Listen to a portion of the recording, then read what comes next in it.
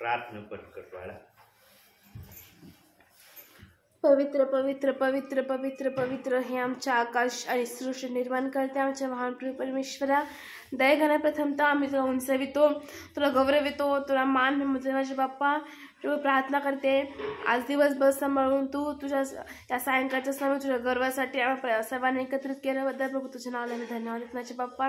प्रभू प्रार्थना करते पगार करीते सायंकाळच्या समय तुझं वचन पीडित असताना देव बाप्पा त्यांना तू विशेष प्रकारे आश्वासित कर प्रभू. संदेश देत असताना परमेश्वरा त्यांना तुझ्या भावित आत्म्याचं सहाय्य आणि मार्गदर्शन कर प्रभू परमेश्वरा. आणि ते जे वचन पेरणार आहेत माझ्या बाप्पा ते वचन पेरणी करीत असताना परमेश्वरा ते वचन आमच्या अंतःकरणात रुजलं गेलं जाऊन दे आणि आम्ही त्याचा 30-60 पट नाही तर 100 पट असं देवा माझे देव बाप्पा. अशी तू कृपा आमच्यावर कर प्रभू. एवढी लहानशी गणित धन्यता प्रभू येशू ख्रिस्त याच्या गोड आणि पवित्र नावाने केली म्हणून पिततोय आमेन. प्रियांनो, देवाला आपल्या महिम्यासाठी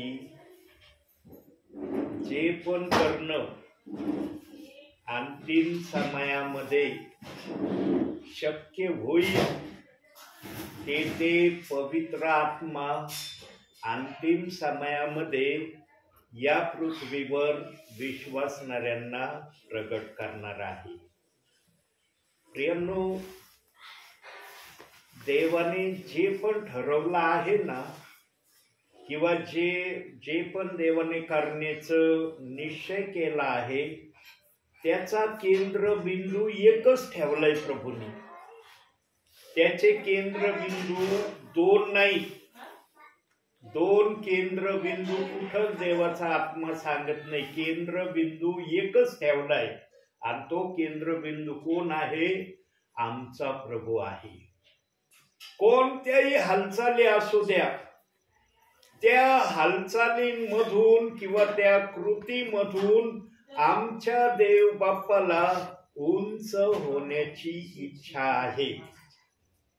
प्रियांनो, रात्रीच्या वेळेला जरा आकाशाकडे बघा तुम्ही. आकाशाकडे पाहण्याची रात्री 9 नंतर किंवा 8 नंतर किंवा 10 नंतर तुम्ही आकाशाकडे एक वेळेस लक्ष द्या.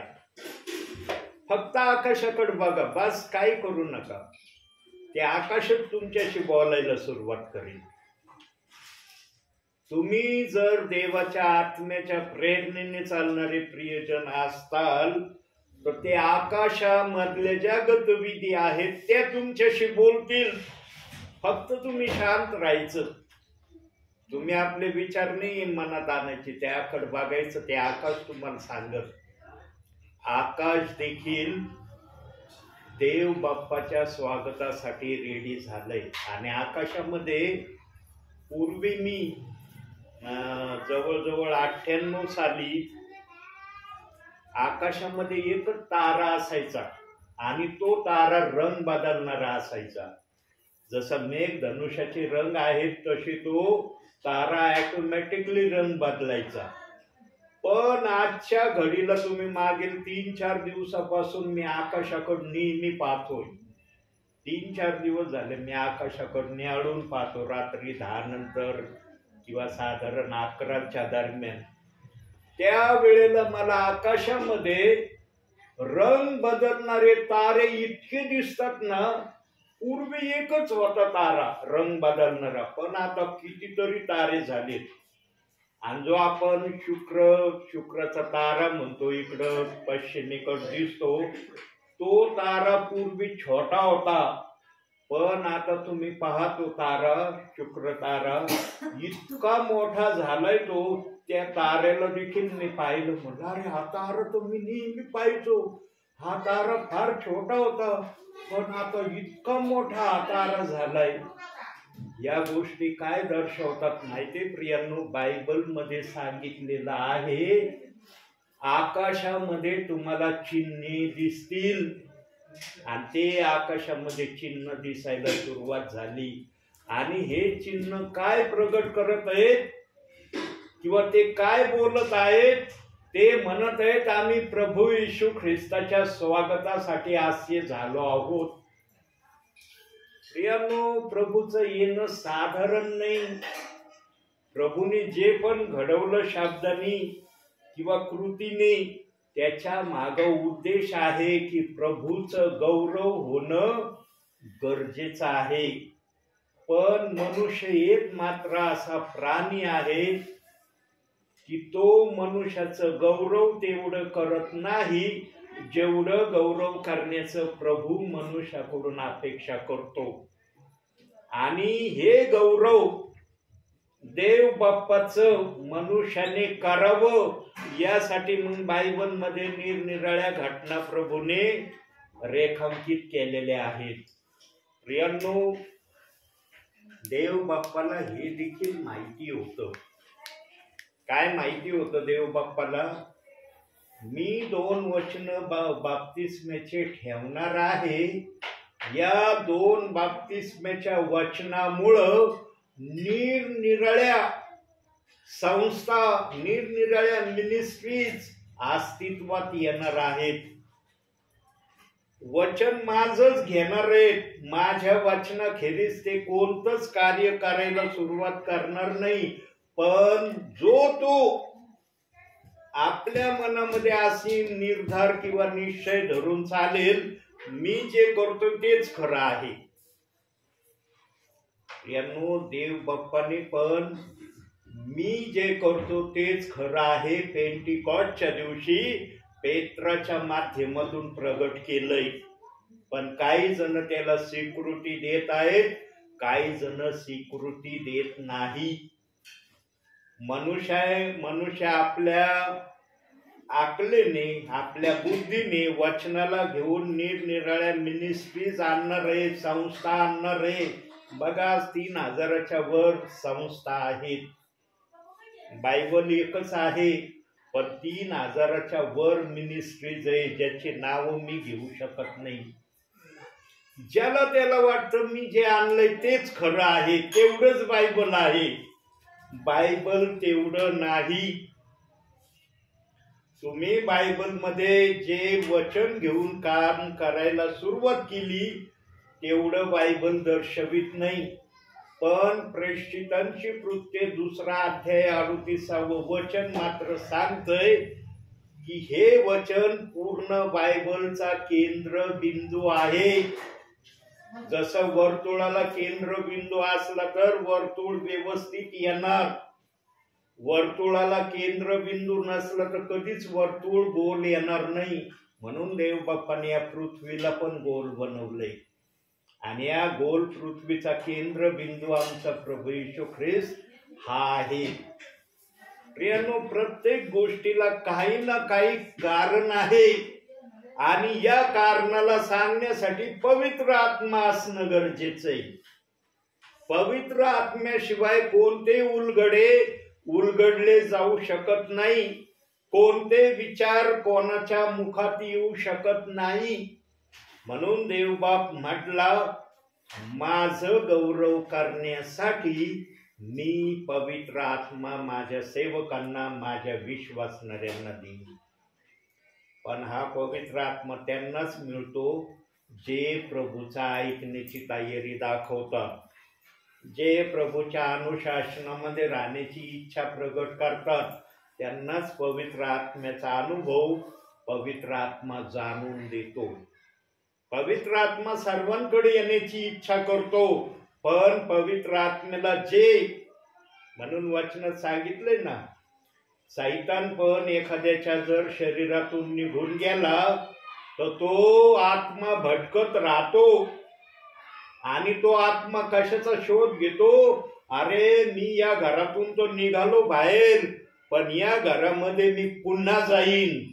पण जेव्हा तो पुन्हा जातो ना, तेव्हा मात्र तो एकटा येत नाही. निघताना तो एकटा निघतो बाहेर, परंतु जेव्हा त्या स्वच्छ केलेल्या घरामध्ये पुन्हा येण्याची तो अपेक्षा करतो, तेव्हा तो आपणापेक्षा 7 असे खतरनाक दुष्ट आत्मे घेऊन त्याच्यामध्ये येतो. आणि मग मत्थ्याच्या 12व्या अध्यायामध्ये सांगितलंय, अपूर्ण सुधारणेमुळे उद्भवणारे संकट असं हेडिंग दिलेलं आहे. आणि मग त्याच्यामध्ये हे सांगण्यात आलेलं आहे की सैतान एखाद्या घरातून जर निघाला तर त्या घरात येण्यासाठी तो प्रतीक्षा करतो, आणि जोपर्यंत त्याची प्रतीक्षा तो करतो तोपर्यंत तिथं जात नाही. जेव्हा तो जाण्याची इच्छा धरतो तेव्हा त्याला दिसतं, अरे ते घर स्वच्छ आहे, ते घर नीटनेटकं झालंय. तेव्हा मग तो आपणापेक्षा 7 दुष्ट आत्म्यांना घेऊन त्या घरात येतो. मग वचनात सांगितलंय की ज्या घरामध्ये ते दुष्ट आत्मे येतात त्या व्यक्तीची पहिली दशा ही येणाऱ्या दशेपेक्षा कितीतरी वाईट बनते. म्हणजे पहिल्यापेक्षा अधिक वाईट दुर्दशा त्याची नंतर होते.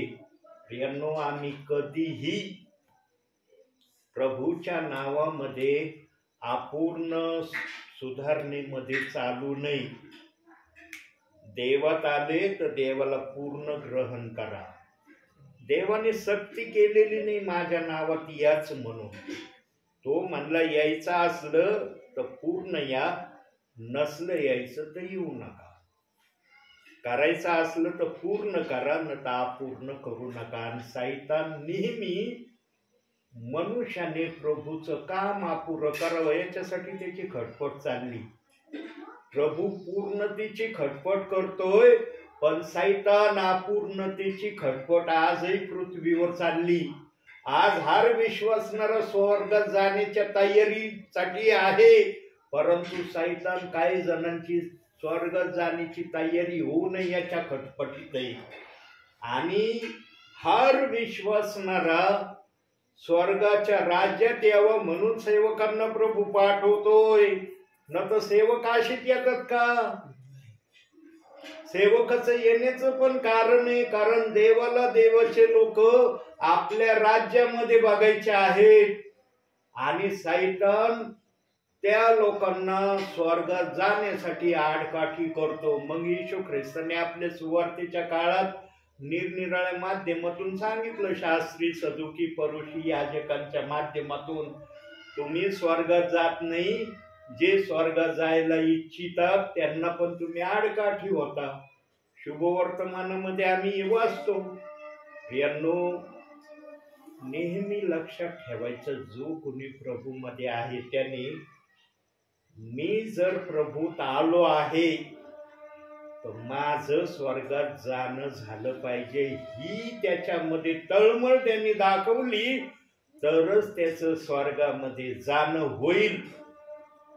न तर आदंतरी वाक्याने ठेवलाय ना प्रभूवर विश्वास, प्रभू आल्यावर माझा विश्वास पाहून मला घेईल. प्रभू म्हणणार, माझ्यासाठी काय केलं? विश्वास धरला तू, मला ओळखलं, पण माझ्यासाठी काय जमा केलं तू? म्हणून प्रभू म्हणला, मला फळ देणारे झाड किंवा फळ देणारी व्यक्ती पाहिजे आहे.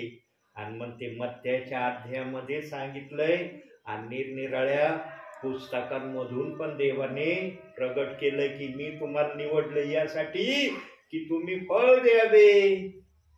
देवाने आम्हाला असंच निवडलं नाही, फळ देण्यासाठी. जे हरवलेले आहेत त्यांना प्रभूच्या राज्यात आणण्यासाठी आम्हाला प्रभूने आपल्या राज्यात घेतलंय. आम्हाला पण देव बाप्पाने असंच आपल्या राज्यात घेतलेलं नाही प्रियांनो. म्हणून वचन वाचणे आणि वचन समजणे या 2 गोष्टी. आणि जो व्यक्ती किंवा जो विश्वासणारा किंवा जो सेवक प्रभूची ही योजना पूर्ण करण्याच्या वाटेवर दिसत नाही, मग त्याच्या समोर काय येतं ते आपण वचनातून बघूया, काढूया आपण त्यासाठी. 1 पेत्र 3 अध्याय 14वं वचन.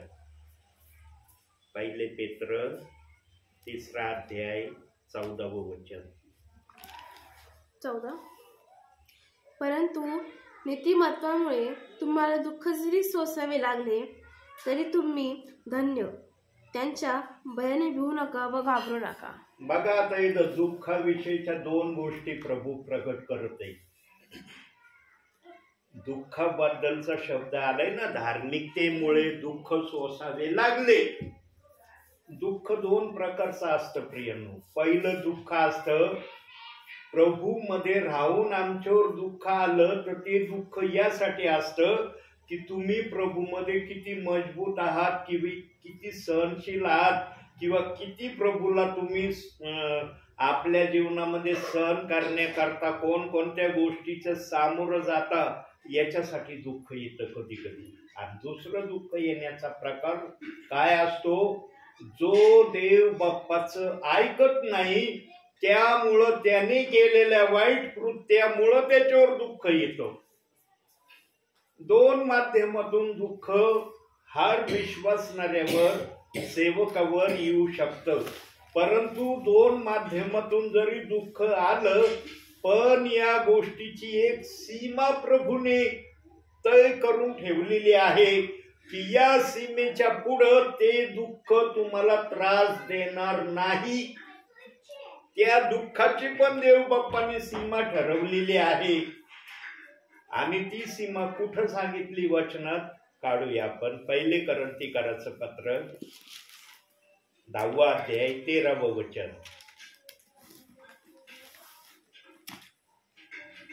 10वा अध्याय 13व वचन. मनुष्याला सहन करता येत नाही अशी परीक्षा तुम्हावर कुदरली नाही, आणि देव विश्वसनीय आहे, जो तुमची परीक्षा तुमच्या शक्ती पलीकडे होऊ देणार नाही.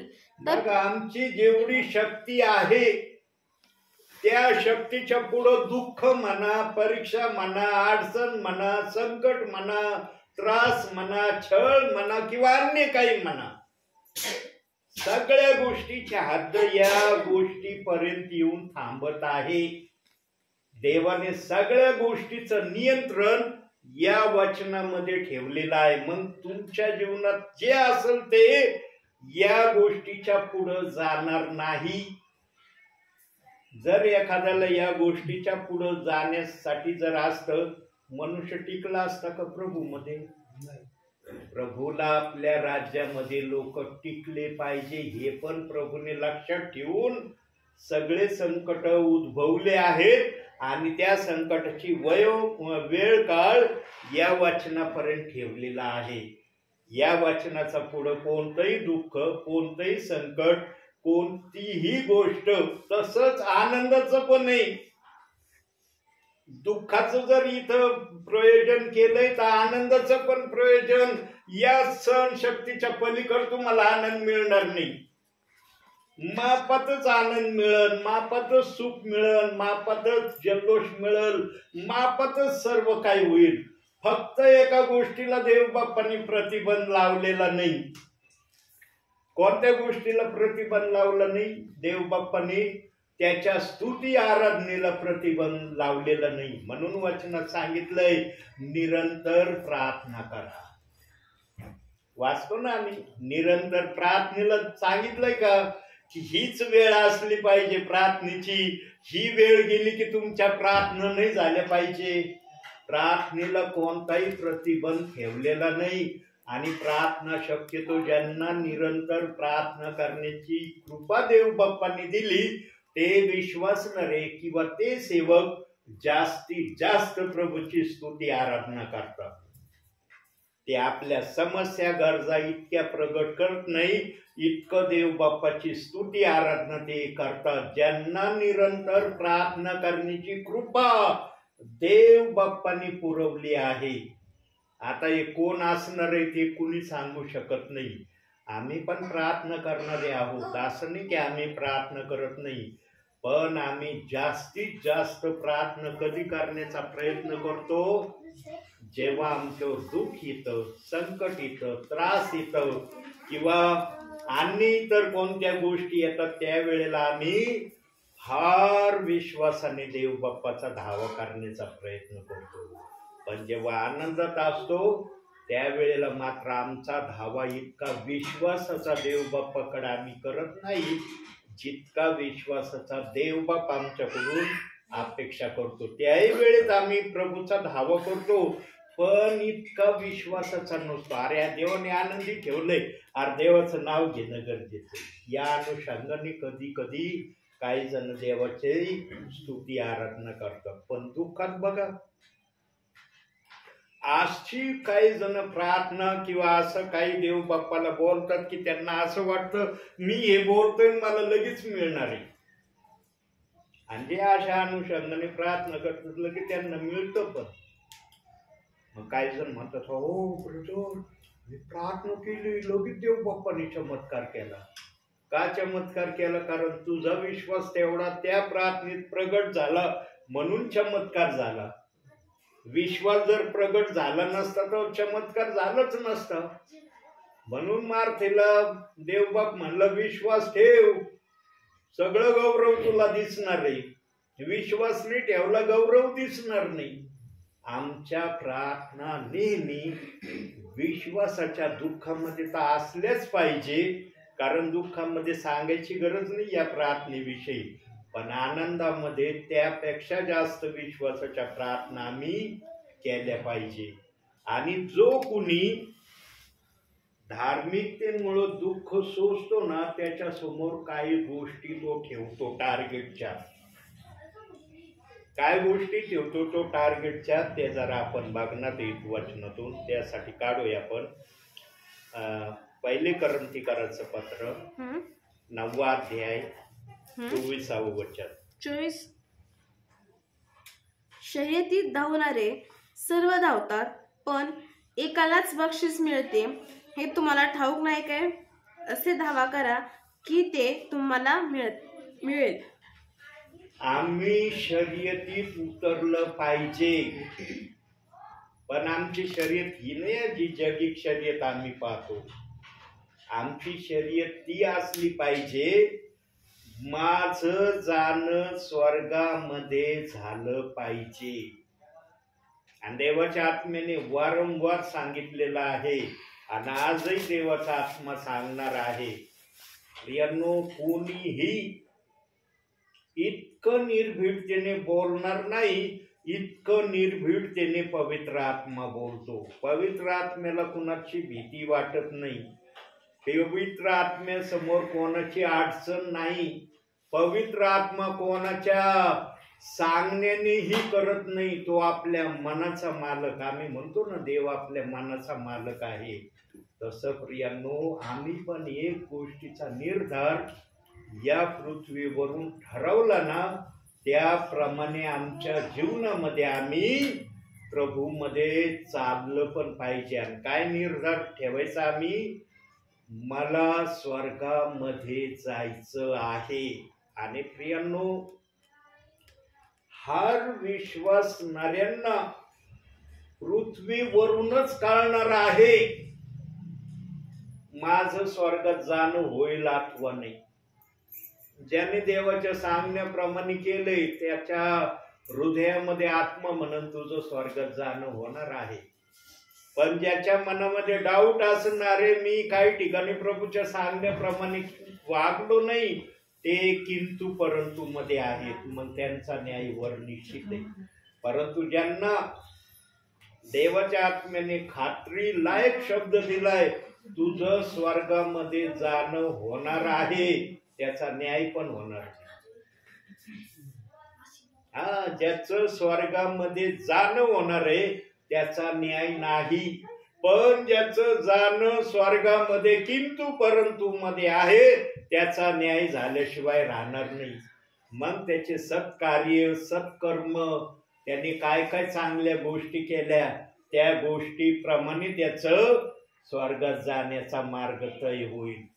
पण ज्याने वचनाप्रमाणे आचरण करण्याची प्रक्रिया होईल तितकी प्रभूला दाखवण्याचा प्रयत्न केला त्याचं डायरेक्टली स्वर्गात जाणं होणार आहे. आणि ज्याचं डायरेक्टली स्वर्गात जाणं होईल प्रियांनो त्यांची पाठ थोपटून पेत्र त्यांना आत पाठवणार आहे. आता पेत्र का पाठ थोपटणार आहे त्या विश्वासणाऱ्यांची? का थोपटणार आहे? त्याला पण कारण आहे. हर गोष्टीला कारण असतं प्रियांनो, बिगर कारणाचं कारणच नसतं. पेत्र पण काही विश्वासणाऱ्यांच्या पाठ थोपटून त्यांना स्वर्गात पाठवणार आहे. याचं कारण काय आहे? पेत्र त्या ठिकाणी बोलणार नाही, पण आत्म्याला ऑटोमॅटिकली त्या ठिकाणी कळणार आहे की पेत्राने माझी पाठ का थोपटली, कारण पेत्र त्या पाठ थोपटण्यामधून हे दर्शविणार आहे त्या विश्वासणाऱ्याला, पृथ्वीवर तू माझा निरोप मान्य केला नाही. पेंटिकॉस्टच्या दिवशी जो निरोप मी सांगितला त्या निरोपाचा तो आदर केलाच केला, पण त्या निरोपाप्रमाणे चालण्याची प्रक्रिया पण प्रभूच्या स्वर्गामध्ये येण्यापर्यंत मला दाखवली. प्रियांनो, पेत्राचं कारण फार मोठं आहे. आता मी 2-3 दिवसापूर्वी पेत्रावरच संदेश दिलाय. सगळे वचन पेत्रावरच मी दाखवले, 5च्या 5 वचन. पण देव बाप्पा जवळ पेत्राचा असंख्य असा खजिना आहे. जसा देव बाप्पाला योग्य वाटेल तसा तो माझ्या मुखातून प्रगट करेल. पेत्र इतका आशीर्वादित शिष्य प्रभूच्या नजरेमध्ये आहे. प्रियांनो, आमच्या कल्पनेच्या पलीकडे पेत्र प्रभूच्या नजरेमध्ये आशीर्वादित आहे. किती शिष्य होते प्रभूचे? 12 होते ना. 12 शिष्यांचं नाव आहे ना बायबलमध्ये. मग 12 शिष्य स्वर्गाच्या दरवाजेवर का उभे नाही? ते पण शिष्य आहे. पेत्र पण शिष्यच होता ना. का पेत्र काही शिष्याच्या बाहेरचं दुसरं नाव होतं का? तो 12 मधला एक शिष्य होता. पण 11 जणांना उभं नाही केलं, एकाला उभं केलं. का केलं? काय कारण? पेत्रालाच उभं केलं. पेत्रामध्ये सर्वात मोठी क्वालिटी देव बाप्पाला दिसली, एक जी 11 शिष्यांमध्ये दिसली नसेल. आणि ते एका शिष्याचं पण पवित्र आत्मा सांगणार आहे तुम्हाला. थोमाचं ऐकलं ना? सगळे शिष्य म्हणत होते प्रभू मरणातून उठला. थोमा म्हणले मी जेव्हा प्रभूचा हात पाहिन, कूस पाहिन, पायाला खिळ्याचे वन पाहिन, तेव्हा म्हणून प्रभू मरणातून उठला आहे. तोपर्यंत मी म्हणणार नाही प्रभू मरणातून उठला. आहे ना? थोमाविषयी लिहिलंय ना बायबलमध्ये. पेत्रामध्ये याच्यापेक्षा मोठी क्वालिटी होती. कोणती क्वालिटी होती? पेत्रामध्ये पश्चाताप करण्याची क्वालिटी होती. आणि आम्ही बाप्तिस्मेच्या अगोदर काय करतो? पश्चातापच करतो ना. कोणता पण सेवक म्हणतो ना 2 मिनिटासाठी एकांती पश्चाताप करा आपल्या सगळ्या पापांचा. मग तो बाप्तिस्मा मध्ये 28-19 असू द्या, किंवा तो बाप्तिस्मा प्रेषितांची कृत्य 2 अध्याय 38 वचनाचा असू द्या, दोन्हीही बाप्तिस्म्याच्या अगोदर प्रत्येक सेवक विश्वासणारा जो बाप्तिस्मा घेणारा आहे त्याला म्हणतात पश्चाताप कर. तुझी वैयक्तिक पश्चातापाची प्रार्थना कर, त्यानंतर तुझी बाप्तिस्माची प्रक्रिया आम्ही करू. आणि पेत्रामध्ये हा गुण होता. 3 वेळेस प्रभूला नाकारलं. 3 वेळेस म्हणला प्रभूच्या मार्गामधला मी नाहीये. निरनिराळे म्हणले हा पण येशूच्या सहवासामधला आहे. तो म्हणले मी नाही ओळखीत त्याला कोण आहे, मी त्याच्या सहवासातला नाहीये, मुळीच नाहीये, तुम्ही काय बोलतात मलाच समजत नाही, असं त्यांनी प्रत्युत्तर बोलणाऱ्याला केलं. पण जेव्हा हे बोलल्यानंतर प्रभूला माहित होतं माझा इन्कार करणार आहे, म्हणून त्याला पण एक खूनगाठ दिली होती प्रभूनी. आज रात्री 3 वेळेस माझं नाव नाकारल्यावर कोंबडा आरवणार आहे, आणि तो आरव तू करतो का नाही असं बघ. त्याच्या अगोदर नाकारण्याच्या अगोदर त्यांनी छाती ठोकून म्हणला होता प्रभू तुझ्यासाठी मरावं लागलं ना मी मरायला तयार होईल, पण तुला मी नाकारणार नाही, तुला सोडणार नाही. जेव्हा वेळ आली तेव्हा सपशेल प्रभूला म्हणला ओळखीतच नाही मी, कोण आहे हा, आणि तुम्ही काय बोलतात मलाच समजत नाही. आणि जेव्हा कोंबडा आरवला तेव्हा प्रभूचा शब्द त्याच्या लक्षात आला. प्रभूंनी त्याच्याकडे पाहिलं तेव्हा त्याला कळलं अरे प्रभू जे बोललं तसंच झालं. मग एकांती निघाला अंधारात जाऊन त्यांनी पश्चाताप केला. पश्चाताप करणं मनुष्याच्या जीवनामध्ये आशीर्वादाचं दर्शक ते दाखवतं. प्रियांनो, आपल्या पापाची कबुली करणं हे आदर्शाचा कित्ता आहे, म्हणून तो आदर्शाचा कित्ता पेत्राशिवाय इतर शिष्यांमध्ये दिसला नाही, म्हणून स्वर्गाच्या दरवाज्यावर पेत्राला उभं केलं, 11 शिष्यांना केलं नाही. पवित्र आत्म्याशिवाय त्याच्या मनातली विचार, त्याच्या मनातल्या गोष्टी कोणी सांगू शकत नाही. दुसरी गोष्ट, आणखी एक वचन बघूया त्यासाठी. 2 थेसलीन 2 अध्याय 15वं वचन. दुसरी गोष्ट काय असली पाहिजे? 2 अध्याय 15वं वचन. तर मग बंधूंनो, स्थिर राहा आणि तोंडी किंवा आमच्या पत्राद्वारे जे संप्रदाय तुम्हाला शिकविले ते बळकट धरून राहा. दुसरी क्वालिटी, मनुष्य स्थिर राहिला पाहिजे. बघा, काही जण संकट आले ना डळमळीत होतात, स्वतःच्या विचाराने डळमळीत होतात, किंवा मग इतर जण येतात, म्हणतात काय रे, काय प्रभू प्रभू करतो, इतकं प्रभूचं नाव घेतो, पण प्रभूंनी तुला काय दिलं? मी सांगितलं ना, माझ्या भावी जीवनात मी 3 वेळेस प्रभूला सोडलं, 3 वेळेस प्रभूला धरलं. सांगितलंय ना मी, का खोटं वाक्य आहे? सगळे युट्यूबला माझे ते वाक्य रेकॉर्ड आहे संदेशामध्ये, की मी 3 वेळेस प्रभूला धरलं, 3 वेळेस प्रभूला सोडलं. का केलं मी असं? कारण माझ्या भावी जीवनामध्ये तसे संकट आले, आणि मग ते संकट आल्यावर ते मला म्हणले, काय प्रभू प्रभू करतो, इतकं बायबल वाचतोस, सगळे लोक तुला म्हणतात की पगारेचं ते पोरगो नुसतं बायबल वाचणार आहे, नुसतं बायबल वाचणार, एवढं बायबल वाचूनही तुझ्यावर एवढे संकट येतात. कधी कधी काय होतं माहितीये का प्रियांनो, एखाद्याच्या बोलण्याचा शब्द ना मनुष्याच्या जीवनावर असर करतो, आणि तो वैयक्तिक का व्हायना विचार, अरे मी इतकं बायबल वाचतो, का माझ्यावरच संकट? आणि हे विचार माझ्या डोक्यात 3 वेळेस आले, आणि प्रभूने पाहिले, अरे याच्या डोक्यात एकच विचार येतो, आणि हा मला सोडून देतो, परत माझ्याकडे येतो. मग प्रभूनीची योजना केली, आता याला मला सोडता येणार नाही, त्याच्यासाठी प्रभूनीच मला सेवक केलं. आता मी स्वतः सेवक झाल्यावर मग सेवकाचं काम काय असतं प्रभूने मला सांगितलंय. मी सेवा क्षेत्रात पाळकांबरोबर फिरायचो, तर मला तेव्हा अनुभव आला होता. पाळकाचं काम आहे घरोघरी जाऊन प्रार्थना घेणं, चर्चमध्ये चर्च चालवणं, या कामाशिवाय पाळकाचं दुसरं काम नाही.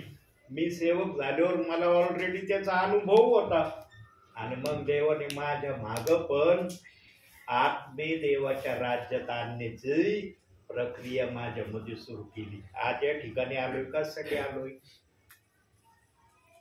याच्याशिवाय दुसरा पर्याय आहे का तुम्ही देवाच्या राज्यात येण्या व्यतिरिक्त? प्रियांनो, जो सेवक देवाच्या राज्यात देवाचे लोक येण्याच्या अनुषंगाने प्रभूच्या सेवेमध्ये राहील, त्याची सेवा नेहमी प्रभू चालू ठेवील.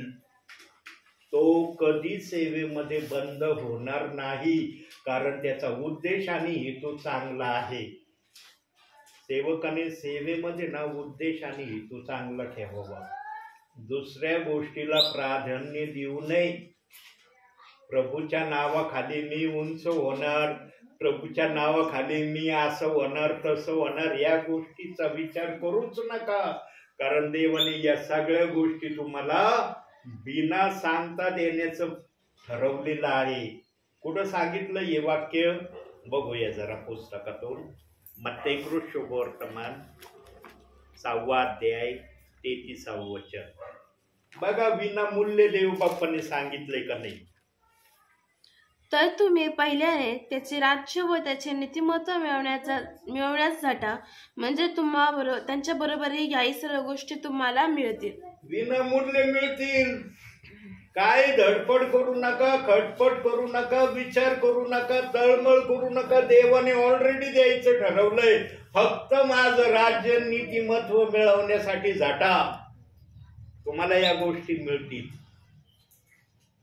आणि असे काही सेवक, असे काही विश्वासणारे आहेत प्रियांनो, प्रभूंनी त्यांच्या जीवनात साक्षी बनवल्या. की त्यांनी प्रभूचं नीतिमत्व राज्य मिळवलं, देवाने त्यांना दिलं. त्यांनी स्वप्नातही काही गोष्टीचा विचार केला नव्हता, त्या गोष्टी देव बाप्पांनी त्यांना दिल्या. आणि ते आज इतरांना सांगतात, मी पूर्वी असा होतो, परंतु आज देव बाप्पाने मला असं बनवले. प्रियांनो, जो देवासाठी काही करतो ना, देव त्याच्यासाठी अनेक पटीत करतो. म्हणून देव बाप म्हणला, मी कोणाचा कधी ऋणी राहत नाही. पण ऋणी राहण्यासारखं काहीतरी प्रभू समोर करा, तेव्हा प्रभू म्हणणारे मी खरंच याचा ऋणी नाही राहिलं पाहिजे. काही केलंच नाही तर मग काय भेटल? प्रियांनो, प्रभूच्या राज्यामध्ये काही ना काही करण्याची नेहमी आपल्या जीवनाला ओढ लागू द्या. सर्वात आशीर्वादाचं कार्य कोणतं आहे माहिती आहे प्रभूच्या राज्यामध्ये? मागील संदेशात मी सांगितलं होतं, एका संदेशात सांगितलं होतं, पवित्र आत्मा मला आठवण करून देतोय आज पुन्हा. सर्वात आशीर्वादाचं काम प्रभूच्या नजरेत कोणतं आहे? जो चर्चची साफसफाई करतो, खुर्च्यांची साफसफाई करतो, ते कार्य सर्वात आशीर्वादित कार्य आहे प्रभूच्या नजरेत. त्या कार्यासारखं आशीर्वादित कार्य प्रभूच्या नजरेत दुसरं नाही. सर्वात टॉप लेवलचं कार्य ते आहे. कारण चर्च सफाई केलेल्या जागेत एक प्रकारचा विश्वासणारा येऊन बसत नाही. सेवकही येतात, विश्वासणारे येतात. बघा, मीटिंगा लागतात ग्राउंडवर, गारगुनीमध्ये मीटिंगा लागतात का? किती साफसफाई केली जाते आजूबाजूच्या एरियाची, बसलेल्या ठिकाणाची. सफाई शिवाय मीटिंग लागत नाही. देव बाप्पाला सफाई आवडते, साफ सुथरापणा देव बाप्पाला आवडतो. हे त्यातून देव बाप्पाला दाखवायचंय. आणि जो कोणी हे साफ सुथरं करण्याच्या कार्यामध्ये आहे, तो किती आशीर्वादित असेल. मग देव बाप त्याला आशीर्वादाविना ठेवीन का? म्हणून देवाच्या नजरेमध्ये जो चर्चची साफसफाई करतो, तो सर्वात जास्त आशीर्वादित आहे. आता तिसऱ्या गोष्टीकडे जाऊया, त्यासाठी काढूया 1 तिमोथेय 4 अध्याय 1 वचन. 4 अध्याय 1 वचन. आत्मा स्पष्ट म्हणतो की पुढील काळी विश्वासापासून कित्येक लोक भ्रष्ट होतील. प्रियांनो, जर आम्ही देवाचं ऐकलं नाही तर मग देवाने प्रयोजन पण सांगितलेलं आहे की माझ्या नावापासून कित्येक जण भ्रष्ट होतील, भटकतील, चुकतील, पुन्हा माझ्याकडे येणार नाही. पण जे चुकून प्रभूकडे येतील ते धन्य. कोणताही विश्वासणारा आपल्या भावी ख्रिस्तामध्ये चुकल्याशिवाय राहत नाही. का चुकतो तो? कारण जेव्हा त्याचा आत्मा देवाच्या आत्म्यापासून भटकायला लागतो तेव्हा त्याचं चुकणं सुरू होतं. म्हणून देवाच्या आत्म्यापासून आम्ही कधीही दूर राहू नये. आणि जर तो आत्मा माझ्यामध्ये नाही असं जर कुणाला एहसास होत असेल, समजत असेल, तर त्यांनी तो मिळवण्याची खटपट बायबलमध्ये सांगितली. मागच्या संदेशात मी सांगितलं, पेत्र निस्ता बोलायचा, ऐकणारे पवित्र आत्म्याने लगेच भरून जायचे. इतका पावर पेत्राच्या शब्दामध्ये होता की ऐकणारे ताबडतोब पवित्र आत्म्याने भरत होते. आणि काही सेवक डोक्यावर हात ठेवून प्रार्थना केली की ते लगेच पवित्र आत्म्याने भरून जायचे. प्रियांनो, ही प्रक्रिया आजही देव बाप्पाने कार्यान्वित ठेवलेली आहे. ही प्रक्रिया देव बाप्पाने बंद केलेली नाही. ज्या सेवकामध्ये पवित्र आत्म्याचं कार्य आहे त्या सेवकाच्या द्वारे आजही कार्य होत आहेत. प्रियांनो, प्रभूच्या नावामध्ये ना आपलं भाविक ख्रिस्ती जीवन दोष विरहित राहील तेवढा प्रयत्न करा. ख्रिस्ती जीवन तुमचं जर दोषासहित असलं ना, समजून घ्यायचं वर स्वर्गामध्ये तुमच्यासाठी प्रॉब्लेम आहे. ध्यान देऊ नाही का, परत हे वाक्य पवित्र आत्मा रिपीट करणार आहे. भावी जीवनामध्ये ख्रिस्ती जीवन दोषासहित जर तुम्ही व्यतीत केलं, वर तुमचं स्वर्गामध्ये जाण्यासाठी प्रॉब्लेम आहे. पण तुम्ही जर आपलं ख्रिस्ती जीवन ख्रिस्तामध्ये दोष रहित ठेवलं तर तुमचं स्वर्गामध्ये जाण्याला प्रॉब्लेम राहणार नाही.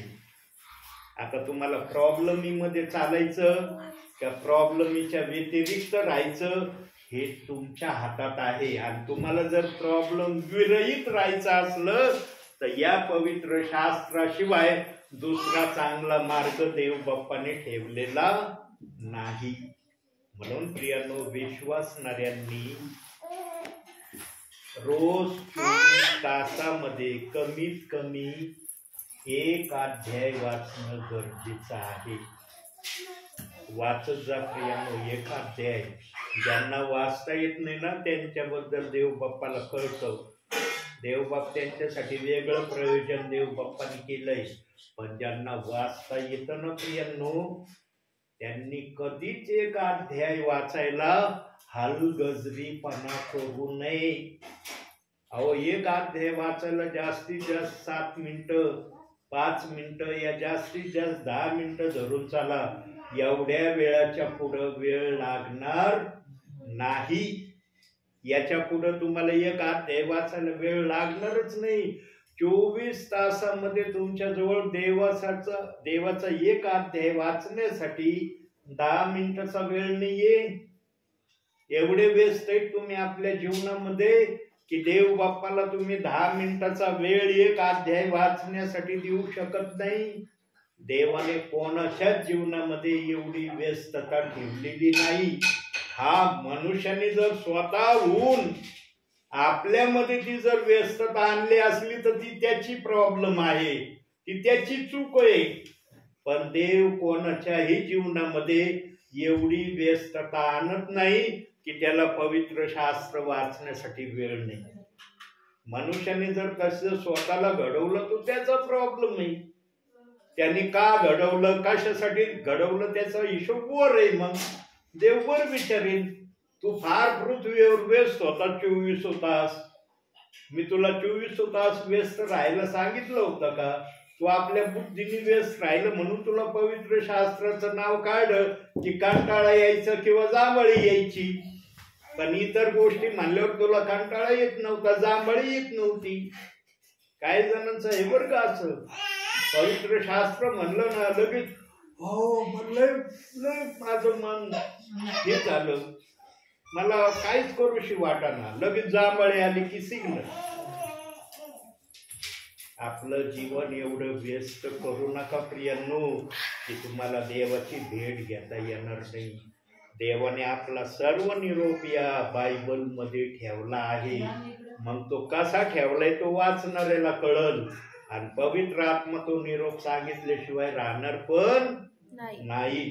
जेव्हा बायबल वाचतो ना प्रियांनो, मी कधी कधी असं काय पवित्र आत्मा माझ्याशी बोलतो जे मी कधी ऐकलं नाही, कधी माझ्या विचारातही आलं नाही. असे विचार येतात माझ्या मनात. पण जोपर्यंत त्या विचारामध्ये मी आहे तोपर्यंत मला ते आनंद देतात. एकदम का पवित्र आत्म्याने ते विचार काढे, मलाच कळत नाही पवित्र आत्मा काय बोलला होता आणि कसा बोलला होता. हे पण मी अनुभवलंय. पवित्र आत्मेचे शब्द अनमोल शब्द आहेत प्रियांनो. म्हणून काही जाणकार जे प्रभूमध्ये मुळवलेले आहेत ते लिखाण करून ठेवतात, पवित्र आत्मा काय बोलला माझ्याशी. नंतर तुम्ही किती आठवायला गेले ना की पवित्र आत्मा काय बोलला, तुम्हाला कधीच ते आठवणार नाही. पण जोपर्यंत पवित्र आत्म्याच्या संगतीत तुम्ही आहात आणि त्या विचाराला तुमच्यामध्ये आहे, तुम्ही जर नोट करून ठेवलं ना, पवित्र आत्मा जरी तुमच्यातून गेला त्या विचाराला सांगून, ते लिहिलेले शब्द तुम्हाला आठवण करून देतील. असे पण काही आहेत विश्वासणारे सेवक. मी पण पवित्र आत्मेने सांगितलेल्या विचाराची माझी वही होती, पण ही माझी वही ट्रिनिटी मध्ये असतानाची होती. ट्रिनिटी फेथची सेवा करत होतो तेव्हा ती वही माझी होती. जेव्हा मी प्रेषित 2:38 वचनाच्या प्रमाणावर आलो तेव्हा देवाचा आत्म्याने मला सांगितलं, बाळा मी तुझ्या बरोबर आहे, काळजी करू नको. तो आत्मा आहे म्हणून मी सेवा करतो. आलोय तुमच्या घरामध्ये, ऐकत ना वचन. किती वेळ झाला बाळा? 45 मिनिटं झालं बोलतोय मी. अडकळलो का कुठं मी? झालं का तत म? पवित्र आत्मा कधीच सेवकाला तत म करू देत नाही. कारण बोलणारा जर आत्मा असेल तो आत्मा धैर्याने, सामर्थ्याने आणि आपल्या कृतीने विश्वासणाऱ्यांना आपल्या मनातल्या गोष्टी प्रकट करतो. आणखी एक वचनाकडे जाऊया. शेवटचं वचन बघूया आता आपण. रोमकरास पत्र 12वा अध्याय 12वंच वचन. आशेने हर्षित व्हा, संकटात धीर धरा, प्रार्थनेत तत्पर राहा. बघा, देव बाप्पाची योजना एकच आहे विश्वासणाऱ्यांसाठी. आता 3 गोष्टी त्या वचनात सांगितल्यात. आपण तिन्ही गोष्टीकडे लक्ष देणार नाही, आपण एकाच गोष्टीकडे लक्ष देऊ जे आपल्यासाठी उपयुक्त आहे. आणि पवित्र आत्मा ज्याला मान्यता देतो त्या गोष्टीकडे. याचा अर्थ असा नाही की बाकीच्या गोष्टीला पवित्र आत्मा मान्यता देत नाही.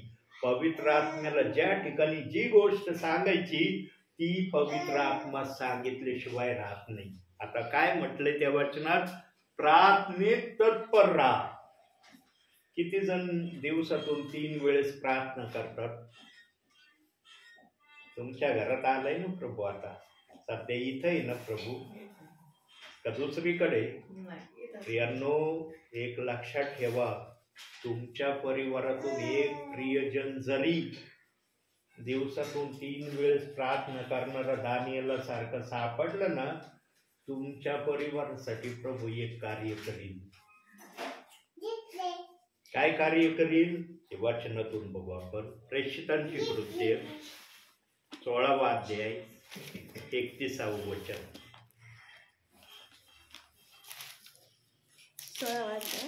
31वं वचन.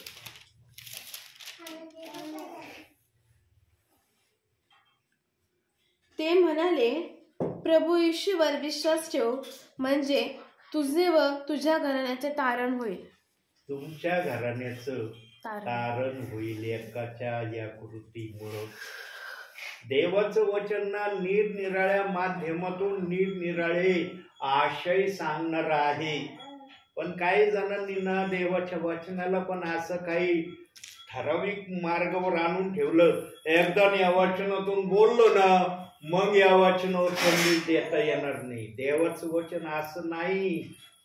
म्हणून मी सांगितलं मागील संदेशामध्ये, देवाला गरज पडली तर एका वचनातून तो 1,00,000 वेळेस बोलतो. आम्हाला प्रश्न पडून, बापरे 1,00,000 वेळेस कस काय? एका वचनातून 1,00,000 वेळेस कस काय बोलता येईल? आम्हाला संभव आहे, प्रभूला संभव नाही.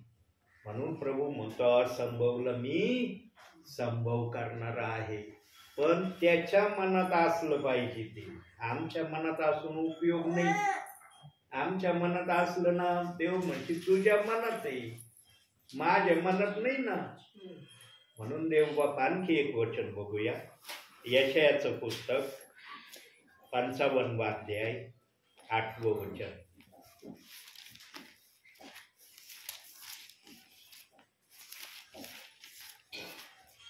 55:8. कारण माझ्या कल्पना तुमच्या कल्पना नव्हत, तर माझे मार्ग तुमचे मार्ग नव्हत, असे परमेश्वर म्हणतो. बघा, ही आहे प्रक्रिया. देव आमच्या विचारांना एवढं मान्यता देत नाही. काही विचारांना देतो देव बाप मान्यता. सगळेच विचार नाकारतो असं नाही, सगळेच विचार स्वीकारतो असंही नाही. जे प्रभूला योग्य वाटेल ते स्वीकारतो प्रभू. पण प्रभूने हे त्याचं आश्वासन ठेवलंय. तुला जास्त करून माझ्या विचारानं चालावं लागल, तुझ्या विचाराने मी जास्त चालणार नाही. म्हणून सेवकाने सेवेमध्ये नेहमी एका गोष्टीची खबरदारी घेणं गरजेचं आहे. कोणती? मला देवबाप म्हणतो का जा सेवेला, देवबाप जर म्हणत असला जा सेवेला, निश्चित सेवा होईल. देवबाप जर म्हणत असला नको जाऊ, तिथं सेवा होणार नाही. आणि जर सेवा करण्याचा प्रयत्न केला, संदेश सांगायला सुरुवात केली तर मग कुठं ना कुठं होईलच. मग झाल्याशिवाय राहणार नाही. आणि मग हे त्या गोष्टीचा पुरावा प्रमाण असणार आहे की तुमच्यामध्ये पवित्र आत्मा बोलत नाही. यानो पवित्र आत्मा सुईच्या टोका एवढा विचार प्रगट करणारा आहे, पण प्रगट करणारा तो पाहिजे, तुमची बुद्धी नाही पाहिजे. तुमची बुद्धी असली ना फेल होईल, पण पवित्र आत्मा कुठंच फेल होणार नाही. म्हणून शेवटची गोष्ट आपण पाहिली रोमकाराच्या पत्रातली, ती गोष्ट तुमच्या परिवारामध्ये झाली पाहिजे. एका बहिणीने म्हणा, एका भावाने म्हणा, अहो तुम्ही एक अर्ध्या तासाची जरी 24 तासात 3 वेळेस प्रेयर केली ना, ती प्रार्थनाच होईल. हा तुम्ही दशमांश नाही दिलं तर प्रभू समजू शकतो.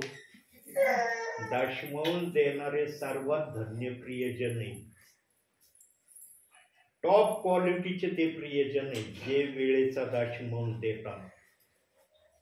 त्यांच्यासारखे टॉप लेवलचे कुणीच नाही. मग तो सेवक असू द्या, विश्वासणारा असू द्या. 24 तासाचा दशमांश देणं इतकं सोपं समजू नका. काही जण कमाईचा दशमांश देतात, काही जण कमाईचा पण दशमांश देत नाही. काही जण तर याच्या खालच्या पातळीचे, बोलावं नाही पण बोलायची वेळ येते. पवित्र आत्मा बोलल्याशिवाय राहत नाही. पवित्र आत्मा निर्भीडपणे बोलणार आहे. पवित्र आत्मा कोणाला घाबरत नाही. काही जण इतक्या खालच्या पातळीचे झालेत किंवा गेलेत की ते येणाऱ्या सेवकाला, येणाऱ्या दासीला, येणाऱ्या ब्रदरांना दानाने देखील संतुष्ट नाही करत. त्यांना वाटतं कशाला द्यायचं यांना, यांना दिलं, यांना जर दिलं तर यांना सवय लागल. अरे या घरात गेलो दान घेतो का आम्हाला, चला मग. प्रियांनो, दान हे नेहमी प्रभूला संतुष्ट करण्यासाठी आहे. लक्षात ठेवा, बायबलने प्रमाणित केलंय की तुम्ही दान देता ते सेवकाला नाही देत, तुम्ही प्रभूला देता. सेवकाला पण प्रभू आज्ञा देतो. हे दान कशासाठी आलंय माहिती तुला? माझ्या विश्वासणाऱ्याने माझ्या भांडारात मूठ उघडली, कशासाठी उघडली माहिती तुला? प्रियांनो, पूर्वी मी दान ट्रिनिटीत असताना भेटायचं ना, हॉटेलामध्ये, धाब्यामध्ये ते दान मी जास्तीत जास्त खायचो. मी माझं लपवीत नाही प्रियांनो, मी जे केलं ते सांगणारा सेवक आहे. म्हणून आज प्रभूने मला इतक्या चांगल्या सेवेमध्ये येण्याची संधी दिली. आमच्यामध्ये कबुलीचा आत्मा असला पाहिजे, कबूल करण्याची वृत्ती. एकांतामध्ये तर कुणी पण कबूल करेल आपले पाप. त्यांना माहिती माझ्याशिवाय प्रभू शिवाय दुसरं कोणी ऐकणार नाही. 4 चौघामध्ये ते पाप कबूल करणं महत्वाचं असतं. म्हणून देव म्हणला, जो दोष झाकीतो त्याचं कल्याण होत नाही, चांगलं होत नाही, बरं होत नाही. पण जो कबूल करून सोडून देतो, मी कबूलही करतोय, सोडूनही दिलंय. आता जे पण दान मिळतं प्रभूच्या सेवेसाठी खर्च होतो.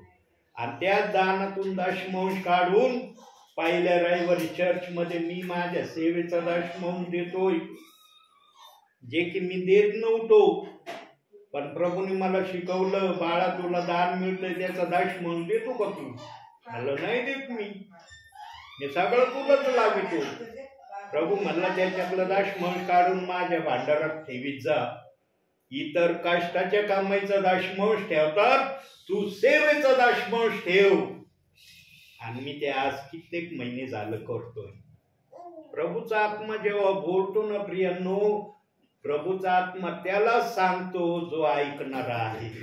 आता प्रभूला वाटलं या घरातून एखादी बहीण एखादा भाऊ दिवसातून 3 वेळेस प्रार्थना करणारे आहे, आता ते कोण आहेत मला नाही माहिती, कोण असतील ते मला नाही माहिती, पण देवाची इच्छा आहे की या परिवारातून एक भाऊ किंवा बहीण 3 वेळेस दिवसातून, मग तुम्ही 15 मिनिटाचा वेळ घालवा, अर्ध्या तासाचा वेळ घालवा प्रार्थनेत, पण बायबल वाचून वेळ घालवायचा, बिना बायबल वाचता नाही घालवायचा वेळ.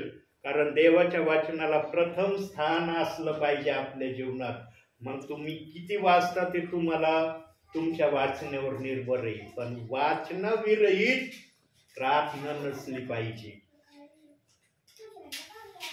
काय प्रभू बोलते ध्यानात येते ना, वाचनाविरहित प्रार्थना नसली पाहिजे. म्हणून प्रियांनो, आता वेळ घेत नाही, एक विचार सांगतो आणि थांबतो. भावी जीवनामध्ये अशा गोष्टीकड आपलं चित्त लावा की ज्या गोष्टीकड पाहून प्रभू तुमच्याकड संतुष्ट होईल. आणि वचनात सांगितलंय, वरील गोष्टीकड चित्त लावू नका, तर प्रभूच्या गोष्टीकड चित्त लावा. प्रभूच्या गोष्टीकड चित्त लावण्याचं कोणतंही प्रार्थना करणं, आज्ञा मानणं आणि देवाच्या संगतीमध्ये व्यवस्थित राहणं. आणि जगातल्या गोष्टी कोणत्या आहेत? धनसंपत्ती, ऐशो आराम, आणखी एक कलसेकराच्या पत्रात 30 एक गोष्ट सांगितलेली. या 3 गोष्टीकड लक्ष देऊ नका असं वचन सांगतं. कलसे 3रा अध्याय, मला वाटतं 2 का 3 वचनामध्ये ते सांगितले प्रभूने. प्रभूला जे मान्य होईल ते आपल्या जीवनात करण्यासाठी प्रभूने तुम्हाला आपल्या राज्यात घेतलंय. आणि जो कोणी प्रभूचा हा आशय ओळखून याप्रमाणे आपल्या भावी जीवनाला सुधारण्याकरता प्रभूमध्ये राहून वाटचाल करील, तोच विश्वासणारा देवाच्या नजरेमध्ये आशीर्वादित आहे. आणि तोच विश्वासणारा डायरेक्ट प्रभूच्या स्वर्गामध्ये जाणार आहे. म्हणून चांगल्या गोष्टी करण्याकड स्वतःला रोज आणि रोज दिन नम्र काढण्याकड आपलं लक्ष ठेवा. म्हणून आजच्या छोट्याशा संदेशातून देव तुम्हाला आणि मला भरपूर आणि भरपूर आशीर्वाद देऊ. आमेन. बंद करू.